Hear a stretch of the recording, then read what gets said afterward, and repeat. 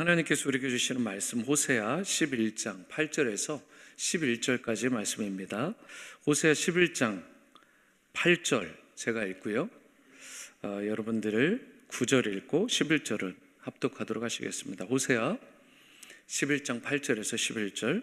에브라임이여 내가 어찌 너를 놓겠느냐, 이스라엘이여 내가 어찌 너를 버리겠느냐, 내가 어찌 너를 아드마같이 놓겠느냐, 어찌 너를 스보임같이 두겠느냐. 내 마음이 내 속에서 돌이키어 나의 긍휼이 온전히 불붙듯 하도다. 내가 나의 맹렬한 진노를 나타내지 아니하며 내가 다시는 에브라임을 멸하지 아니하리니 이는 내가 하나님이요 사람이 아님이라. 내 가운데 있는 거룩한 이니 진노함으로 내게 임하지 아니하리라. 그들은 사자처럼 소리를 내시는 여호와를 따를 것이라. 여호와께서 소리를 내시면 자손들이 서쪽에서부터 떨며 오되. 11절입니다. 그들은 애굽에서부터 새같이 아수르에서부터 비둘기같이 떨며 오리니 내가 그들을 그들의 집에 머물게 하리라. 나 여호와의 말이니라. 아멘. 저를 따라해 보시죠. 하나님의 사랑은 차원이 다르다. 여러분, 하나님의 사랑은 인간의 사랑과 차원이 다른 사랑입니다. 부모의 사랑도 때로는 조건적일 때가 있고요, 친구도 때로는 배신할 수 있어요. 하지만 하나님의 사랑은 전혀 다른 차원입니다. 즉 무조건적이고 또 무한하고 영원하신 사랑입니다. 인간의 사랑은 끝이 있습니다. 그러나 하나님의 사랑은 끝이 없습니다. 한 번 사랑하시면 하여튼 끝까지 사랑하세요. 한 번 선택하시면 끝까지 책임져 주십니다. 캘리포니아 리버사이드에 위치한 하베스트 크리스천 펠로십 교회가 있습니다. 이 교회의 담임 목사님이 그렉 롤이라는 분이신데, 이분이 하베스트 크루세이드라고 하는 전도 집회를 매년 열고 있습니다. 올해 영상도 제가 다 보지는 못했고요, 아마 이번 주 중에 다 볼 것 같은데, 이게 뭐 2시간 몇 분짜리라서. 근데 이 집회가 굉장히 유명한 전도 집회예요. 하베스트 크루세이드라고 하는 집회가요 1990년에 시작을 했습니다. 그리고 매년 여름마다 미국 주요 도시를 돌면서 거기에다가 호주, 뉴질랜드와 같은 곳에서도 열리는 대규모 집회입니다. 물론 메인은 캘리포니아 남가주 쪽에서 열려요. 그런데 지금까지 이 집회를 통해서 복음을 접한, 새롭게 접한 사람만 약 800만 명 정도 된다고 그럽니다. 별로 안 놀라시네요. 800만 명이 복음을 들었다고요. 그리고 그것을 통해서 감사한 것은 결신한 사람들, 올해만 한 집회를 통해서 6,500명 이상이에요. 그리고 더 감사한 것은 지금까지 35년 동안 복음을 듣고 완전히 예수님을 자신의 구원자로 영접하고 지금도 교회 신실하게 다니는 사람이 60만 명 이상이라고 합니다. 이젠 좀 놀라실 때가 되지 않았나요? 한 집회를 통해서 35년 동안 꾸준히 했는데 그냥 우리가 생각하는 이 정도 규모가 아닙니다. 아예 스테디움을 빌려요. 야구장을 통째로 빌려가지고 그런 곳에서 큰 집회를 하는데, 어쨌든 감사한 것은 지금까지 60만 명 이상이 결신을 했다라는 것. 그래서 많은 사람들이 그렉 롤이야말로 빌리 그레암 목사님을 잇는 이 시대 대표적인 복음 전도자다, 이렇게 평가를 합니다. 그런데 이처럼 큰 집회, 큰 사역을 감당하는 그렉 롤이 목사님이 처음부터 이런 큰 인물, 훌륭한 분이 된 것은 아닙니다. 청소년 시절에 그는 마약도 해봤고요, 폭력 서클에 가입도 했고요, 술도 많이 마셨고요, 정말 갈 때까지 갔던 분입니다. 그렉 롤이 목사님의 가정 배경을 보면 이분이 이럴 수밖에 없었겠구나 라고 납득이 될 만큼 열악한 환경에서 어린 시절 유소년을 보냅니다. 그에게는 7명의 의붓 아버지가 있었습니다. 스텝파더. 이게 무슨 말인지 아시겠죠? 그의 어머니가 7번을 재혼한 것입니다. 한두 번 재혼을 해도 자녀에게 미치는 영향이 큰데 7명이나 되는 의붓 아버지 밑에서 2년, 때로는 1년 계속 바꿔가면서 자랐으니까 얼마나 충격이 크고 힘들었겠어요. 밤마다 싸우는 소리, 때리고 부수는 소리가 끊이질 않았습니다. 그럴 때면 방 한쪽에 귀를 막고 웅크리고 앉아서 울기만 했던 어린 시절을 보냈던 것이 그렉 로리입니다. 이런 환경에서 탈선하는 것이 어쩌면 당연한 거 아니겠습니까? 한 학교를 중간에 드랍했습니다.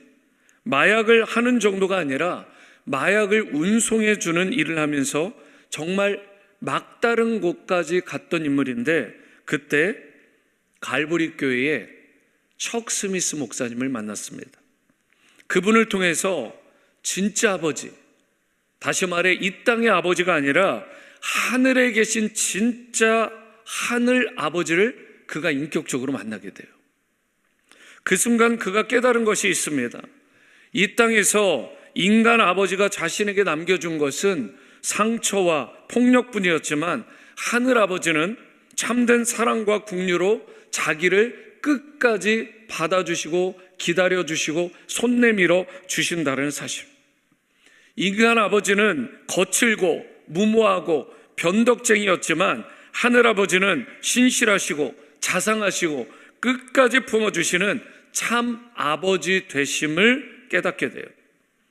인간 아버지는 무능력하고 무책임까지 했지만 하늘 아버지는 능력에 제한이 없으시고 한 번 선택하시면 끝까지 책임져 주시는 신실하시고 전능하신 분임을 그가 깨닫고 믿음으로 고백하게 되었습니다. 이처럼 인간과는 차원이 다른 하나님, 내가 지금까지 경험한 아버지와는 차원이 다른 아버지를 만나는 순간 파괴적으로 살아왔던 그의 삶이 수백만 명에게 복음을 전하고 수십만 명의 생명을 구원하는 창조적인 인생, 쓰임받는 인생으로 변화가 되게 된 것입니다. 오늘 여러분과 저의 인생도 마찬가지입니다. 우리 인생이 아무리 열심을 내어도 항상 좋으란 법은 없죠. 우리 가정의 환경, 여건이라는 것이 항상 좋고 아름다울 수만은 없습니다. 그러나 어떤 여건 속에 살든 어떤 환경 속에 살든 내가 반드시 만나야 될 그 하나님, 인간과는 차원이 다르신 하나님을 만나고 체험하게 되면 그 순간부터 여러분과 저의 인생이 달라지게 되고 새로운 길이 열려지게 되는 것입니다. 오늘 우리도 이처럼 세상과 차원이 다른 하나님의 사랑을 향해 나아가야 되는데요, 만약 여러분과 제가 세상과 차원이 다르신 이 하나님의 사랑을 향해 달려가게 되면, 나아가게 되면 어떠한 회복과 축복이 나에게 임하게 될지 오늘 주신 말씀을 통해 이 부분에 대해 함께 나누고자 합니다. 첫 번째로, 우리가 하나님께로 나아가게 되면 세상과 차원이 다른 주님의 불타는 사랑을 누리게 됩니다. 주님의 불타는 사랑을 누리게 된다. 8절을 보시겠습니다. 에브라임이여 내가 어찌 너를 놓겠느냐, 이스라엘이여 내가 어찌 너를 버리겠느냐, 내가 어찌 너를 아드마같이 놓겠느냐, 어찌 너를 스보임같이 두겠느냐. 그 다음이요, 내 마음이 내 속에서 돌이켜 나의 긍휼, 나의 사랑이 온전히 불붙듯 하도다. 여기서 긍휼이라는 단어, 이것은 용서 혹은 컴패션이라고 번역할 수 있지만 사랑에 대한 또 다른 단어라고 말할 수 있습니다. 하나님의 마음속에 있는 사랑, 하나님의 가슴 속에 있는 여러분과 저를 향한, 우리를 향한 사랑, 이 사랑은 그냥 가만히 있는 수준의 사랑이 아니라 불타오르는 사랑이다, 이렇게 표현을 하고 있어요. 여러분 믿으십니까? 하나님의 나를 향한 우리를 향한 사랑은 불붙듯 타오르는 사랑이다. 하나님이 내리시는 진노가 때로는 커 보일지 모르지만 아니요, 하나님의 사랑이 더 크시기 때문에, 더 불타오르시기 때문에 하나님의 그분의 자녀들을 진노 가운데 그냥 내버려 두지는 않으신다라는 것입니다. 바로 이것이 성경이 말씀하는 하나님 사랑의 본질입니다. 하나님은 살아계실 뿐만 아니라 하나님의 가슴 속에는 무엇이 있어요?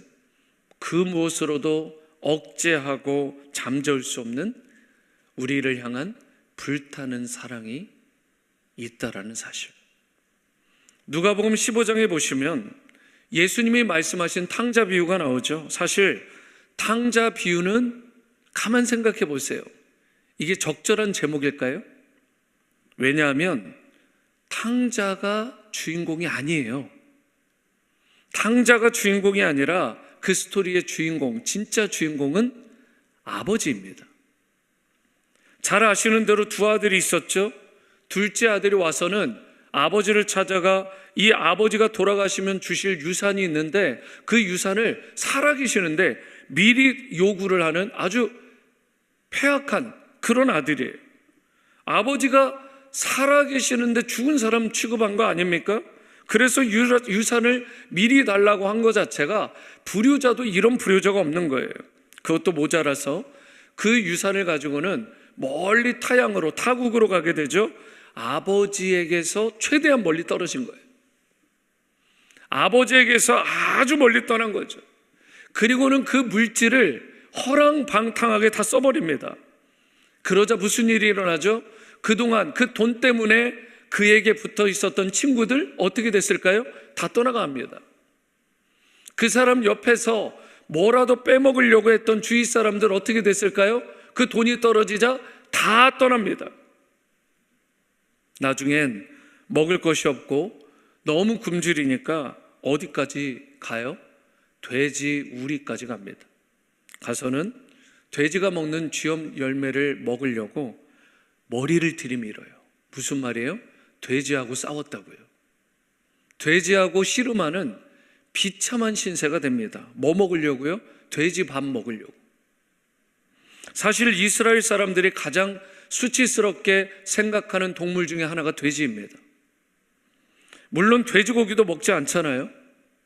그런데 그 더러운 돼지들이 사는 돼지 우리 안에 존엄한 인격을 가진 인간이 그 돼지밥을 먹겠다고 들어간 거예요. 그런데요, 돼지들이 먹는 쥐엽 열매조차 제대로 먹지 못해요. 굶주리고 그리고 이제는 탄식하게 됩니다. 그게 탕자의 모습, 탕자의 결말이에요. 이게 바로 타락해서 갈 때까지 간 인간의 현주소라고 말씀드릴 수 있습니다. 그때 이 아들의 마음속에 문득 떠오른 생각이 있었습니다. 나는 여기서 굶어 죽어갈지 모르지만 내 아버지 집에는 얼마나 식량이 풍족한가.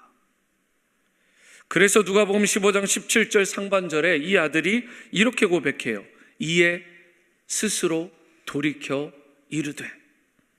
메시지 성경에는 17절을 이렇게 번역했습니다. 그제야 그가 정신을 차렸다.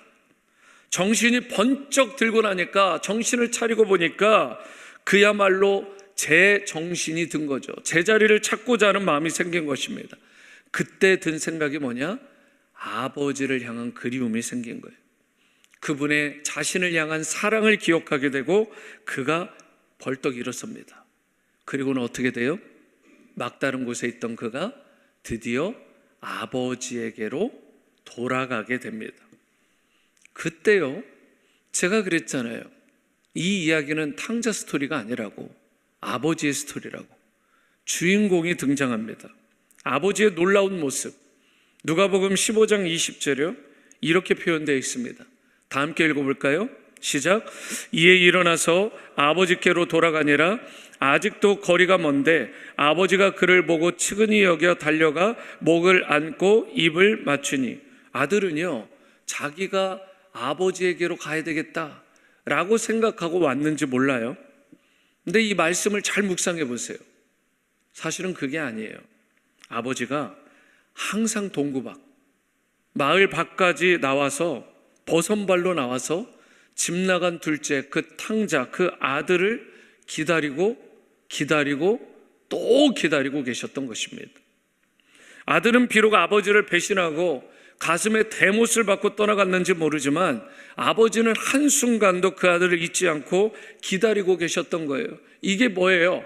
하나님 아버지의 마음 아닙니까? 이게 하나님 아버지의 마음이잖아요.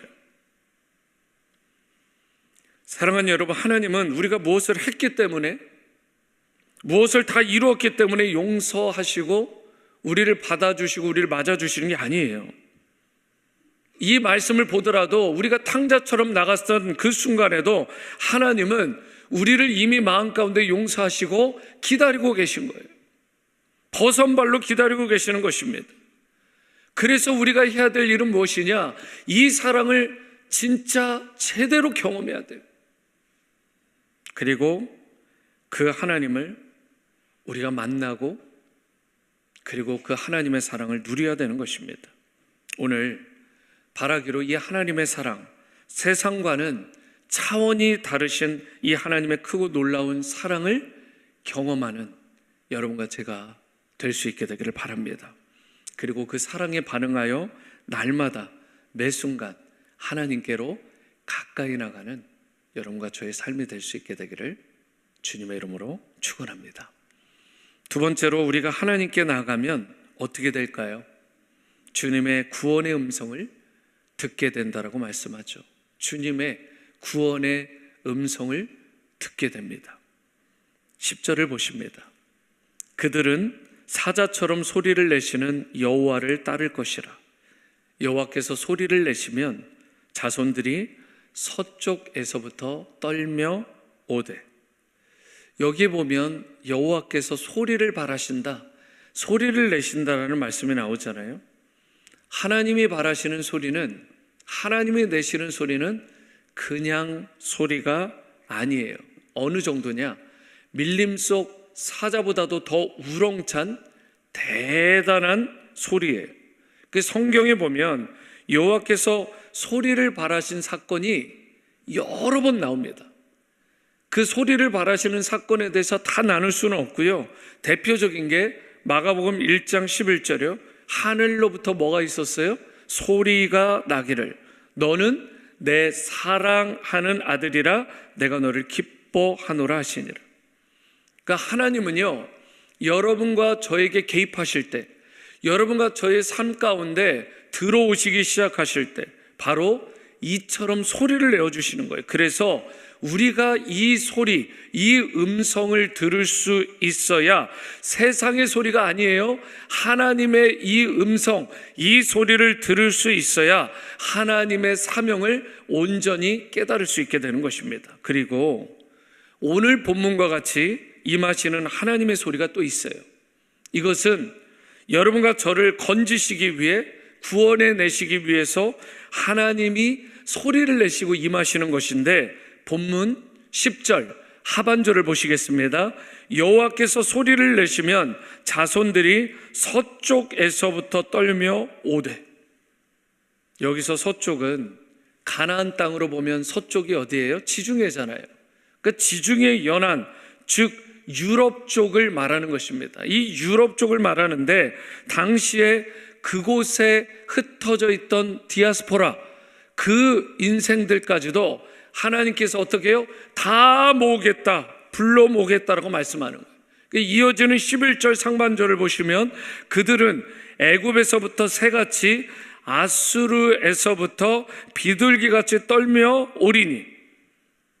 이것이 바로 하나님께서 건져내 주시는, 하나님께서 구원에 불러주시는 바로 하나님의 구원의 음성이라고 말씀할 수 있는 것입니다. 오늘날에도 하나님께서 하늘로부터 소리를 내어주시면 그때부터 모든 묶였던 결박이 풀어지게 되고 비둘기처럼 새처럼 자유로운 인생이 되고 구원받은 그 기쁨과 감격을 누리면서 주님을 향해 달려가는, 나아가는 인생으로 살아가게 되는 것입니다. 그러므로 우리는 예수님께서 여러분과 저를 콜하실 때, 부르실 때 저항하지 말고, 주저하지 말고, 꺼려하지 말고 즉시 아멘 하며 그분께 나아가야 될 줄로 믿습니다. 그렇게 주님 앞에 아멘 하며 나아가는 자만이 주님의 구원의 음성을 듣게 되고 주님이 예비해 두신 영원한 안식을 누릴 수 있게 되는 거예요. 11절 하반절을 보십니다. 내가 그들을 그들의 집에 머물게 하리라. 나 여호와의 말이니라. 내가 그들로 하여금 어떻게 하겠다라고 말씀하셨어요? 각각의 집에 머물게 하겠다. 여러 곳에 흩어져 있던 하나님의 백성, 이 백성이 돌아오긴 하지만 만약에 거처할 곳이 없다면 어떻게 되겠어요, 여러분? 그런데 하나님은요, 그들을 다 돌아오게 하실 뿐만 아니라 그들이 거할 영원한 처소를 준비해 두시겠다라고 약속하셨어요. 우리가 살아가는 이 세상은 사실 나그네 길입니다. 여러분, 나그네 길을 걷고 있기 때문에 아무리 많은 것을 소유한 것 같아도, 아무리 많은 것을 이룬 것 같고 박수갈채와 인기를 누리는 것 같아도 우리 인생은 그런 것들만 누린다고 하면 계속 피곤한 인생이 될 수밖에 없어요. 아무리 궁궐과 같은 집에 살아도요, 참된 안식이 없어요. 참된 평화가 없습니다. 아무리 좋은 음식을 먹고 좋은 구경을 하고 그래도 여전히 나그네의 인생으로 하나님의 콜을 받지 못하고 그분의 부르심에 순종해 살아가지 않게 되면 진정한 마음의 안식과 평강이 없다라는 사실. 그렇기 때문에 우리에게 진정한 필요는 하나님이 예비하신 안식처입니다. 하나님이 준비하신 영원한 안식에 거하는 순간, 바로 그 순간에 여러분과 저의 인생의 방황이 끝나게 되고 나그네 길에 그 피곤함이 씻은 듯 사라지게 되는 것입니다. 우리가 세상에 살면서 아무리 열심히 살고 아무리 많은 것을 가져도요, 주님이 예비하신 안식처, 즉 하나님의 품 안에 거하기 전까지는 결코 우리에게는 참된 안식과 평강이 없다라는 사실. 요한복음 10장 10절은 이렇게 약속을 합니다.